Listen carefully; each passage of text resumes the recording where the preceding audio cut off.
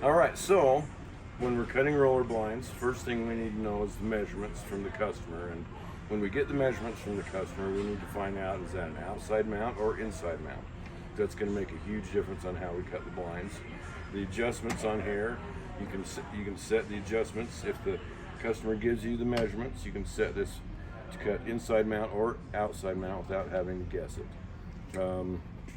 How does that work? If you look on this, you have tip here and cloth here, and if this is set up properly, you'll have this on instructions too. So tip is for inside mount. If the customer gives you the actual inside measurements of the window, then you'll put that. So if the window is 38 inches, say, we'll put that right on 38. And that was for an inside mount? And that was for an inside mount. Okay. And if it's outside mount, we'll put it on cloth. We'll put cloth on 38, and that'll cut it big for an outside mount. Now, excuse me. What you have to make sure of is that the customer is actually giving you the actual measurements of the window and not the measurements of their existing blind. Often they'll bring in measurements of their existing blind, and that's a pain. So then you have to try, because we've got a lot of different blinds, different manufacturers have different blinds, they're set up different. So just because somebody measured the cloth on their blind doesn't mean it's going to be the same measurement we have. So you really need to urge customers to give you the actual measurement of the opening. If they come in and they tell you what the measurement that they actually cut their cloth, you can do that, but it's a pain because then you have to line it up with the cutter rather than relying on this. There's several different types of blinds that we cut. These, for example, the style wells are my favorite to cut because they're just so easy.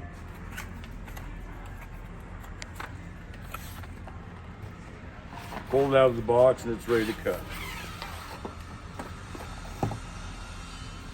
You'll notice it comes with the spline separate. That goes along the bottom hem. We'll cut that separate. And the nice thing about this too is you just take that off and slide it right through. You don't have the clutch mechanism and everything that's in some of these. You have to pop out. You don't have that with these. It'll just go right onto the machine. Don't have to put a lot of work into it.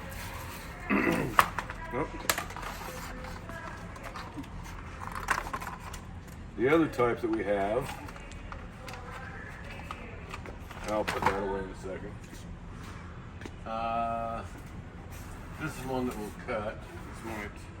Yeah, so the other type we have, you have to pull this out of the end right here in order to, you don't have to pull it out to cut it, but you have to pull it out to ship it out with the customer.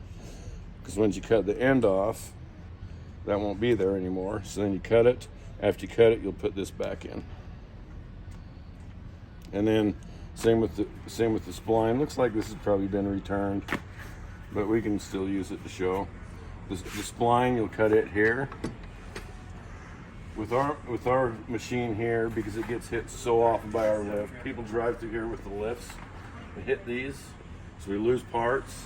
There's actually a part that's supposed to be on here for the spline, so that when you adjust this for the blind, it's also adjusted for the spline, and then you can just put the spline right on there and cut it off with the guillotine here. That's pretty much it, other than actually going through and doing it. It does get hit by machines a lot, which is our biggest issue, having to always fix things. All right, can we walk through the process? Yep. So, when we're cutting one, it'll come without that in the hem. Somebody has put that in the hem. And it looks like this is probably a return. So it's going to be a little bit of a pain here, but we'll use it so we're not wasting a new one.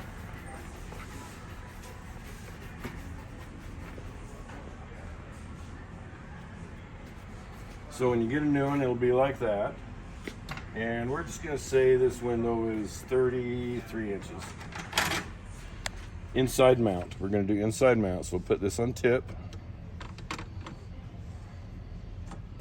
Now we're going to take this back off. This is the end. This is the end that goes in the mounting hardware. Set that aside for now. And the end that we take off is the end that we cut off. The other end has the actual clutching on it, so you cannot cut the other end. This is the only end you can cut. I'm going to go with a different measurement just because we're out of room here. Let's cut this at 40 inches. 40-inch inside mount. You're going to edit this, aren't you? Yeah. Okay. So, once you get your guide set, you'll put the end into there. That holds it on this end.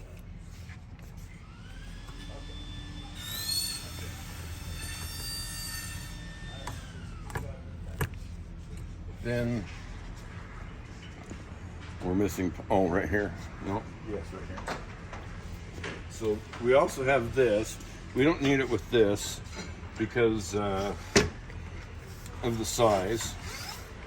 If you have a really long blind here, you need this for support because things will start wobbling really bad. And this just clamps right onto here. And then when you start cutting it, you'll put that through here. It's so small that it's going to be hard to do it with this one. Bigger ones, you're back here farther, and so it's easy to get through there. Again, we don't need it with this smaller one. But that is here if you have a really long one that you need to get a little bit more support for.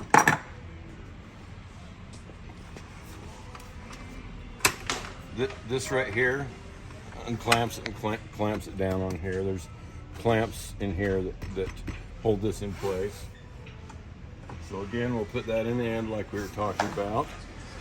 And now, at this point, I won't even mess with the clamps. I'll just turn it on. Once it starts, those clamps are going to automatically clamp down and hold it on place. So I'm going to go ahead and start it. And now it's in place, and I'll cut it. It's just a simple blade that cuts it while it spins.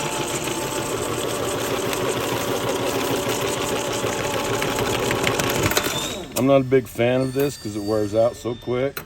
And once it wears out, it really starts tearing things up. But yeah, that's what cuts it, is just that right there. And then once you get it cut to size, now you're going to want to unclamp it. Yep, that's the on-off button right there. And now you got to unclamp it. Just turn that and unclamps it. Pull it out.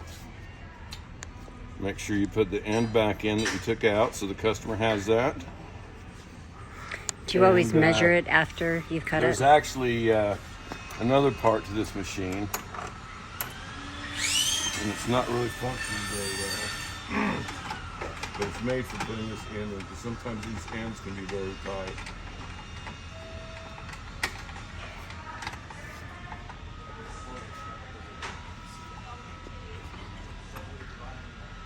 That pushes everything together. But like I say, it's not the best functioning tool. So oftentimes you just end up having to use muscle to get that in there. There we go. And then you need to cut the spine. And since our tool has been broken, we actually just have to measure that. So what I'll do is I'll lay this up here, and you want it to be the same size as the cloth.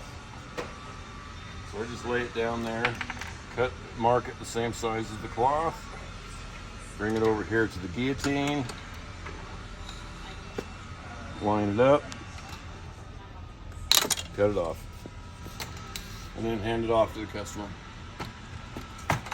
And that's it.